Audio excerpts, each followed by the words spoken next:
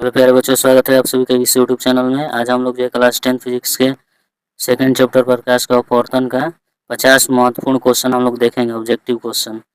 ये Bihar board exam के लिए काफ़ी इंपॉर्टेंट है और इसमें 50 लाजवाब क्वेश्चन जो है डाला गया है। आप लोग जो इस पूरा वीडियो को देखिएगा और वीडियो को देखने के बाद अपने दोस्तों के पास भी ज़्यादा से ज़्यादा शेयर करिए और इस चैनल को इसी टाइप का वीडियो प्राप्त करने के लिए इस चैनल को सब्सक्राइब कर दीजिएगा।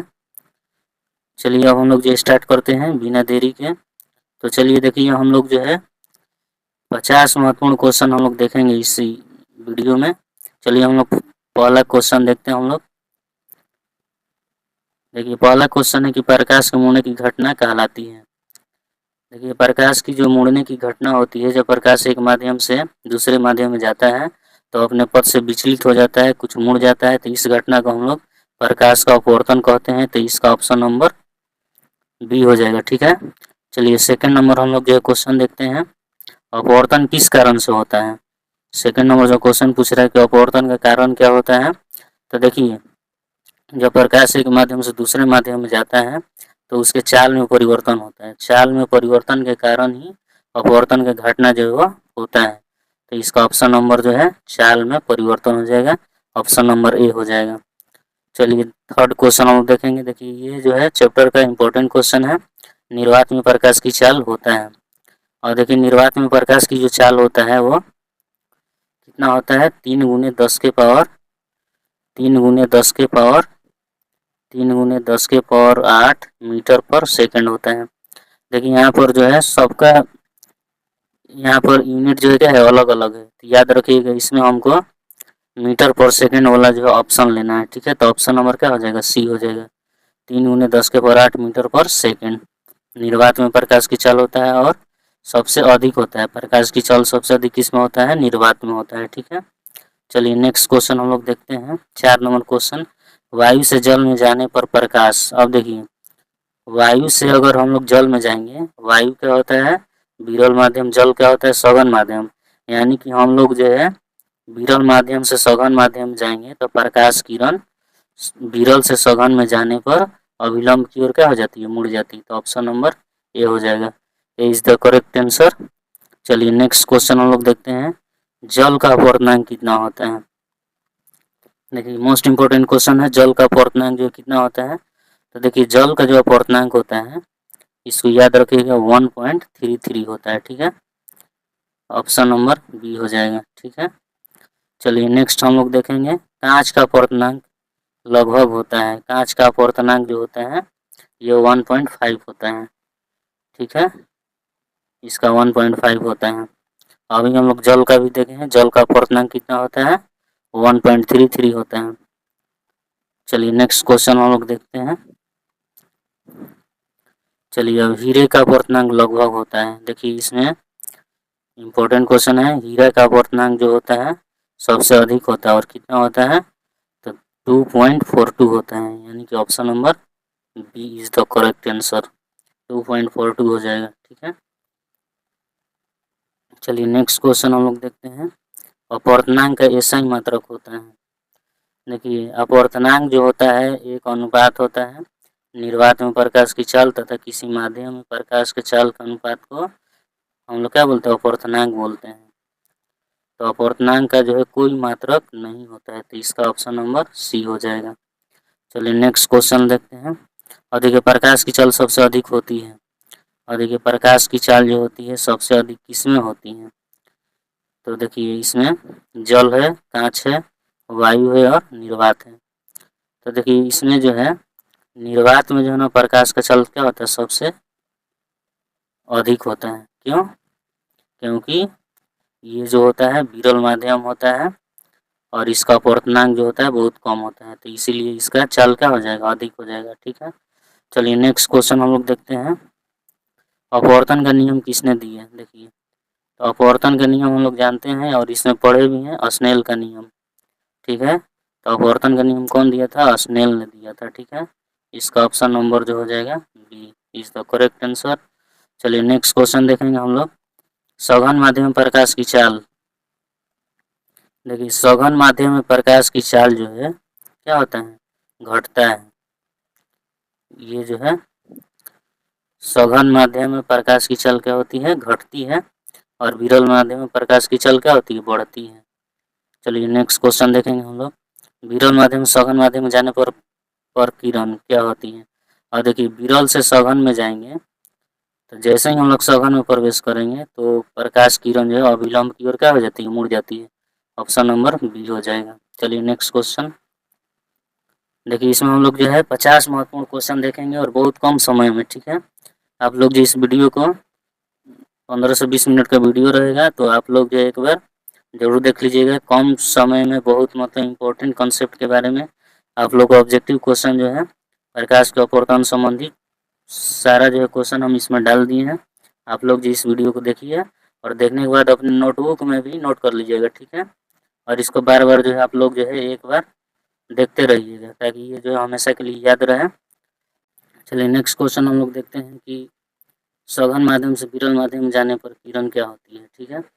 और देखिए सघन से किस में जाना है, विरल में जाना है, तो उसका ऑपोजिट हो जाएगा। प्रकाश किरण जो है जब सघन माध्यम से विरल माध्यम में जाती है तो अभिलंब से क्या होती है, दूर हट जाती है। तो option number B correct answer हो जाएगा। चलिए नेक्स्ट क्वेश्चन, पानी में डूबी छड़ी जो है दिखाई देती है। और देखिए पानी में जो छड़ी होती है वो थोड़ा सा जो है टेढ़ी दिखाई देती है, किस घटना के कारण, तो ये प्रकाश के अपवर्तन के कारण होता है। तो ये इसका एग्जाम्पल ये हो जाएगा, प्रकाश का अपवर्तन का ये एग्जाम्पल है। पानी में डूबी छड़ी जो टेढ़ी दिखाई देती है अपवर्तन के कारण होता है।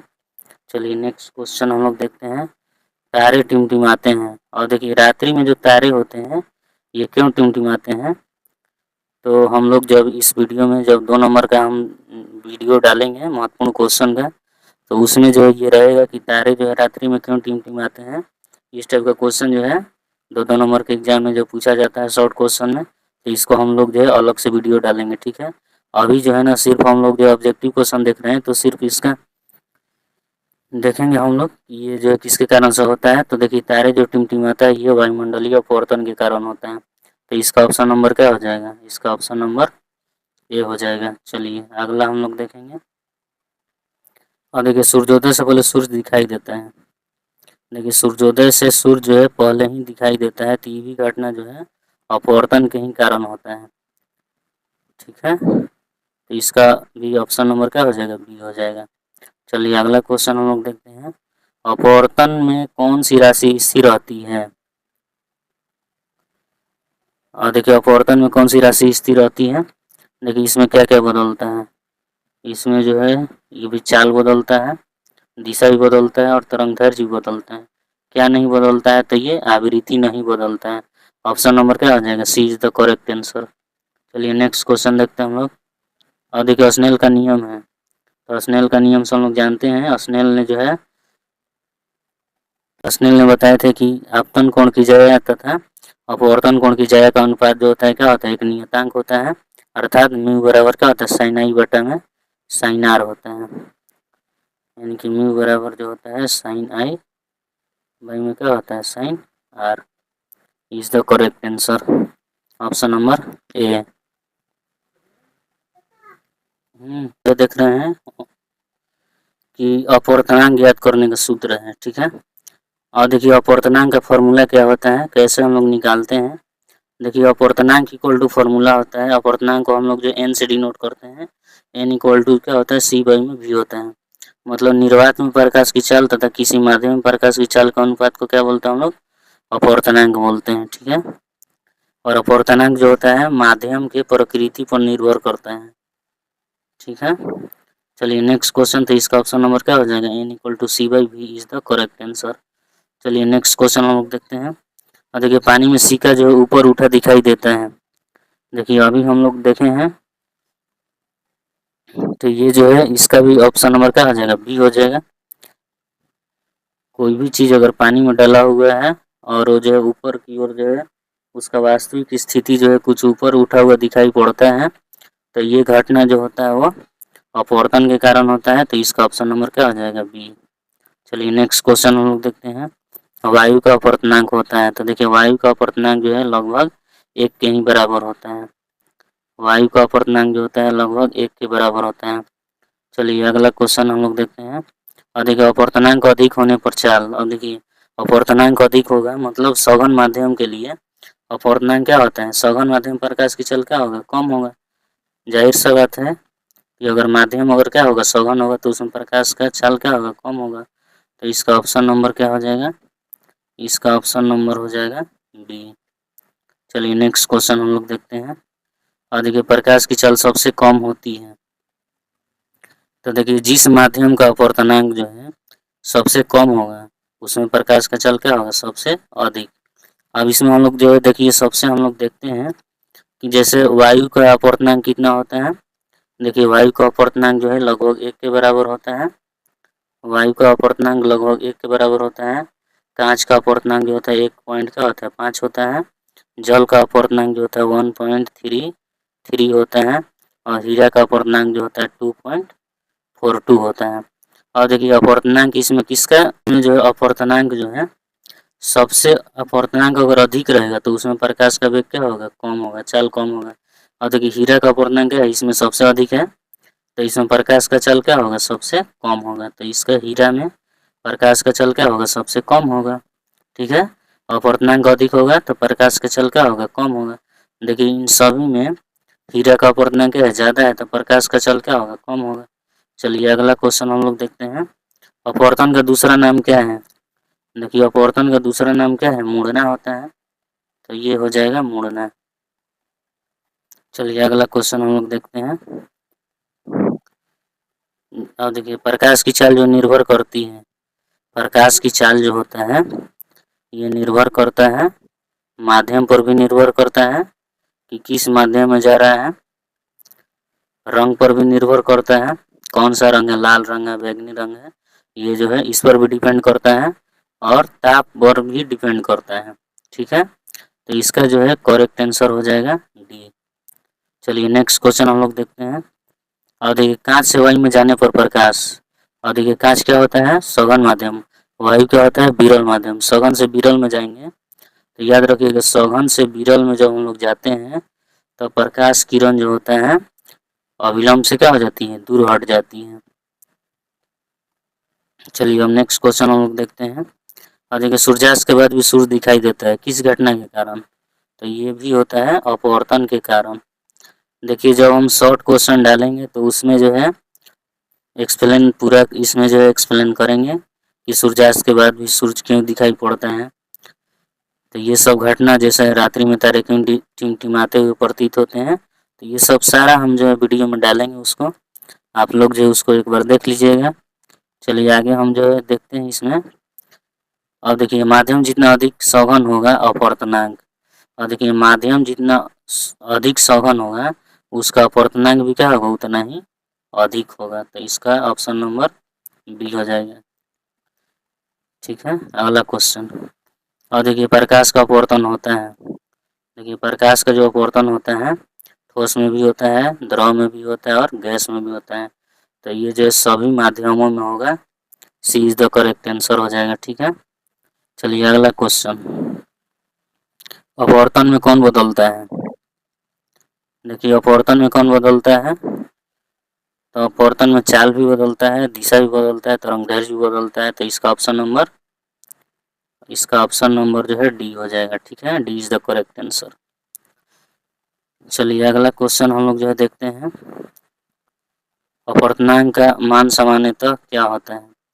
और देखिए अपवर्तनांक जो मान होता है, अभी हम लोग जो भी ऊपर में देखे हैं, जैसे कांच का देखे हैं हम लोग, जल का देखे हैं, हीरा का देखे हैं, तो इन सब का अपवर्तनांक जो है एक से क्या था, अधिक था। तो अपवर्तनांक का मान जो होता है एक या एक से अधिक होता है।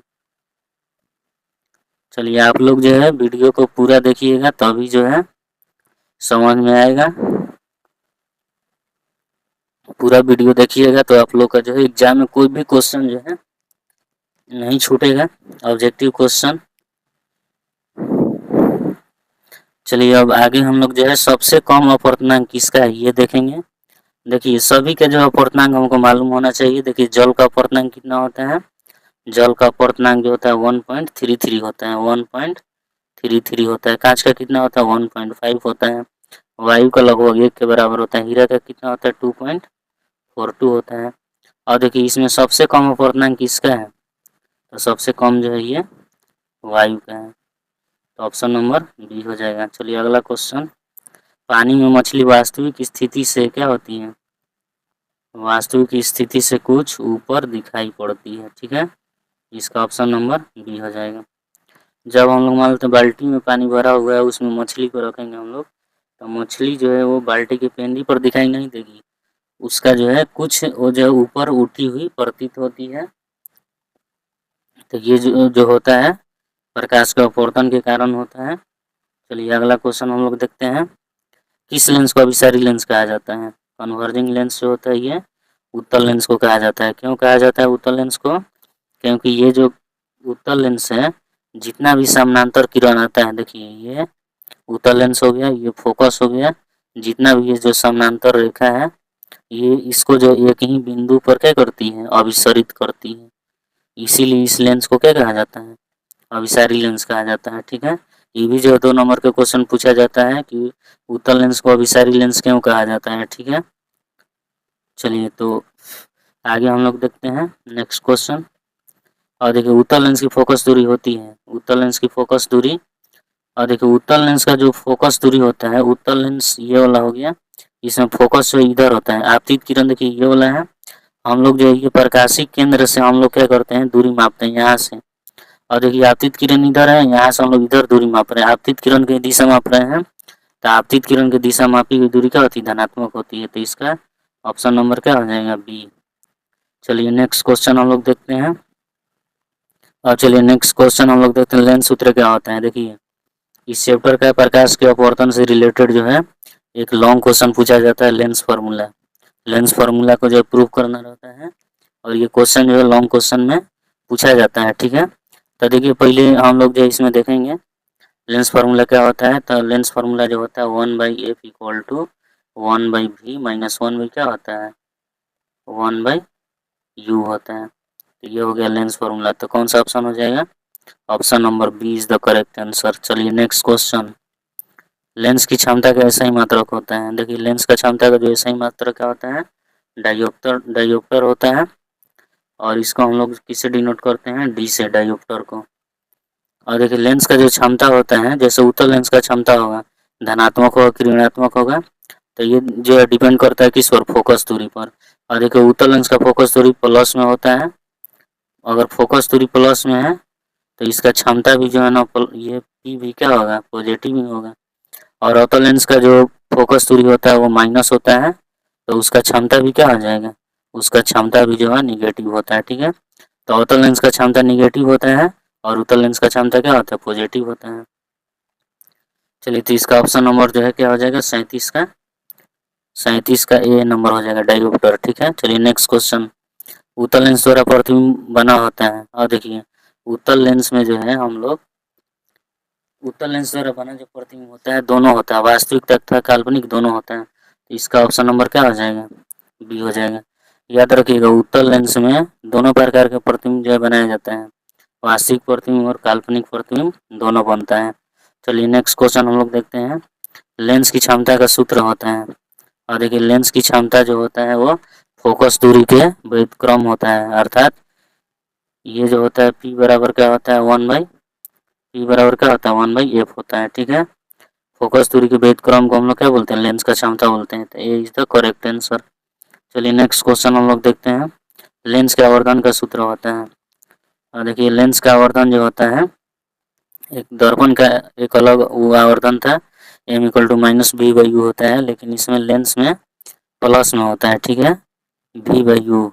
और आवर्धन को हम लोग m से डिनोट करते हैं, तो m इक्वल टू क्या हो जाएगा? v बाई में u हो जाएगा। इसका ऑप्शन नंबर क्या हो जाएगा? ए। चलिए नेक्स्ट क्वेश्चन हम लोग देखते हैं, लेंस में कितने फोकस होते हैं? याद रखिए लेंस में 2 फोकस होते हैं। इसका ऑप्शन नंबर क्या हो जाएगा? ए।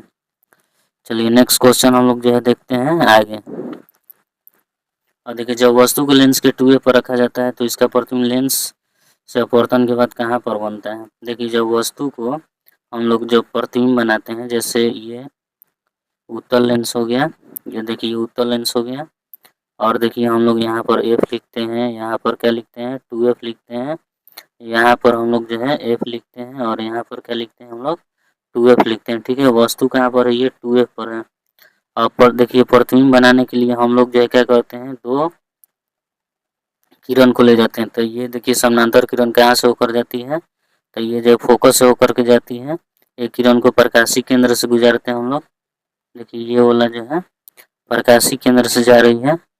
देखिए तो ये वाला जो है एकदम 2F पर ही जा करके क्या होगी, ये इसका प्रतिबिंब बनेगा, 2F पर ही बनेगा। यहाँ पर 2F है। तो देखिए जब वस्तु को 2F पर रखा जाता है तो इसका प्रतिबिंब क्या होता है, 2F पर बनता है। कैसा बनता है, वास्तविक तथा उल्टा बनता है। ठीक है, तो इसका ऑप्शन नंबर क्या हो जाएगा, ऑप्शन नंबर हो जाएगा सी, 2F पर बनता है। ऑप्शन नंबर क्या हो जाएगा, सी, 2F। चलिए नेक्स्ट क्वेश्चन हम लोग देखते हैं। सरल सूक्ष्मदर्शी बनाने में किस लेंस का उपयोग किया जाता है। याद रखिएगा सरल सूक्ष्मदर्शी बनाने में हम लोग जो है उत्तल लेंस का व्यवहार करते हैं, क्योंकि उत्तल लेंस में जो होता है काल्पनिक और सीधा प्रतिबिंब बनता है और बड़ा भी बनता है, बड़ा बनता है प्रतिबिंब। तो सरल सूक्ष्मदर्शी में हम लोग जो उत्तल लेंस का व्यवहार करते हैं। ठीक है, चलिए नेक्स्ट क्वेश्चन हम लोग देखते हैं। अवतल लेंस द्वारा बना प्रतिबिंब कैसा होता है। तो देखिए अवतल लेंस में क्या बनता है, काल्पनिक प्रतिबिंब। हमेशा कैसा बनता है, काल्पनिक प्रतिबिंब बनता है। तो इसका ऑप्शन नंबर क्या हो जाएगा, ए हो जाएगा। चलिए नेक्स्ट क्वेश्चन हम लोग देखते हैं। और देखिए उत्तल लेंस के किनारे का भाग होता है। देखिए उत्तल लेंस का फिगर जब बनाएंगे हम लोग, देखिए उत्तल लेंस इस टाइप का होता है। तो इसके किनारे का भाग क्या होता है, पतला, बीच का भाग क्या होता है, मोटा। तो किनारे का भाग क्या होता है, पतला होता है। सी इज द करेक्ट आंसर हो गया। चलिए नेक्स्ट क्वेश्चन। अवतल लेंस का फोकस दूरी होता है, अवतल लेंस का फोकस दूरी क्या होता है। देखिए उत्तल लेंस का फोकस दूरी धनात्मक और अवतल लेंस का फोकस दूरी क्या होता है, ऋणात्मक होता है। तो इसका ऑप्शन नंबर बी हो जाएगा। क्यों होता है, देखिए इस टाइप का अवतल लेंस बनता है ऐसे। इसमें जो है ना यहाँ पर इसका फोकस जो क्या होता है, यहाँ पर होता है इधर। और ये जो है समानांतर आपतित किरण है। देखिए ये जो है अपसरित हो गया। तो ये जो है फोकस से होकर के क्या होती है, ये गुजरती है। फोकस इसमें यहाँ होता है। और देखिए समानांतर आपतित किरण जो इस दिशा में है, प्रकाशिक केंद्र से हम लोग इधर दूरी मापते हैं। तो किस में लिखेंगे, निगेटिव। मतलब कि इसमें कि हम लोग आप समानांतर आपतित किरण के विपरीत अगर हम लोग दूरी मापेंगे तो किस में लेते हैं हम लोग, निगेटिव हो जाएगा। चलिए अगला क्वेश्चन हम लोग देखेंगे। उत्तल लेंस का क्षमता होता है। और देखिए उत्तल लेंस का क्षमता बतलाएं कि उत्तल लेंस का फोकस दूरी किस में होता है, पॉजिटिव होता है। तो इसका क्षमता भी क्या हो जाएगा, पॉजिटिव। चलिए इसका ऑप्शन नंबर ए हो जाएगा। चलिए नेक्स्ट क्वेश्चन हम लोग देखते हैं। और देखिए एक लेंस की फोकस दूरी कितना दिया हुआ है, 25 सेंटीमीटर दिया हुआ है। ठीक है, 25 सेंटीमीटर दिया हुआ है। लेंस का हमको शक्ति ज्ञात करना है। तो यहाँ पर बतलाए हैं कि उत्तल लेंस का फोकस दूरी किस में होता है, प्लस 25 सेंटीमीटर हो जाएगा, प्लस में होता है। और पी बराबर हम लोग जो है 1/f फार्मूला लगाते हैं। तो 1/f के जगह पर क्या लिखेंगे, 25 लिखेंगे हम लोग। और देखिए 25 क्या है, सेंटीमीटर में है, इसको मीटर में बदलेंगे हम लोग। तो इसको 100 से डिवाइड कर देते हैं। ठीक है, अब ये 100 कहाँ चला जाएगा, ऊपर। तो 100/25, 25 चौका 100, यानी 4 dioptre is the correct answer, option number C. चलिए नेक्स्ट क्वेश्चन हम लोग देखते हैं। और देखिए यहाँ पर अवतल लेंस की शक्ति किस में दिया हुआ है, माइनस में। ठीक है, और देखिए अवतल लेंस का शक्ति दिया हुआ है पी बराबर दिया हुआ है। यहाँ पर पी बराबर जो है दिया हुआ है -2d दिया हुआ है। ठीक है, फोकस दूरी निकालना है। तो बराबर क्या हो जाएगा, 1/p लिख सकते हैं हम लोग इसको। तो 1/-2। और देखिए ये जो आता है मीटर में आता है, इसको सेंटीमीटर में बदलना है। 100 से मल्टीप्लाई कर देंगे हम लोग तो 50, यानी -50 centimetre is the correct answer. इसका ऑप्शन हो जाएगा सी, माइनस में आएगा। और चलिए 50 नंबर क्वेश्चन देखिए। एक और क्वेश्चन हम 50 नंबर देखेंगे कि यहाँ पर अवतल लेंस का फोकस दूरी किस में दिया है। अवतल लेंस का फोकस दूरी दिया हुआ है 20 सेंटीमीटर, यानी कि एफ इक्वल टू, तो ये हो जाएगा -20 सेंटीमीटर हो जाएगा। और देखिए पी इक्वल टू क्या होता है, फॉर्मूला 1/f होता है। तो 1/-20 लिखेंगे हम लोग। और देखिए ये तो सेंटीमीटर में है, इसको मीटर में बदलेंगे हम लोग, बाई में 100, ये चला जाएगा ऊपर। तो 100 बाई में -20, 20×5 = 100, मतलब -5 डायोप्टर सही आंसर आएगा। तो इसका ऑप्शन नंबर डी हो जाएगा, -5 डायोप्टर। चलिए इसका जो है लास्ट क्वेश्चन हम लोग देखेंगे कि जब प्रकाश की किरण एक माध्यम से दूसरे माध्यम में जाती है तो अपने पूर्व पथ से विचलित हो जाती है। इस घटना को हम लोग क्या बोलते हैं? प्रकाश का अपवर्तन कहते हैं। ठीक है, ऑप्शन नंबर क्या हो जाएगा? ऑप्शन नंबर बी हो गया।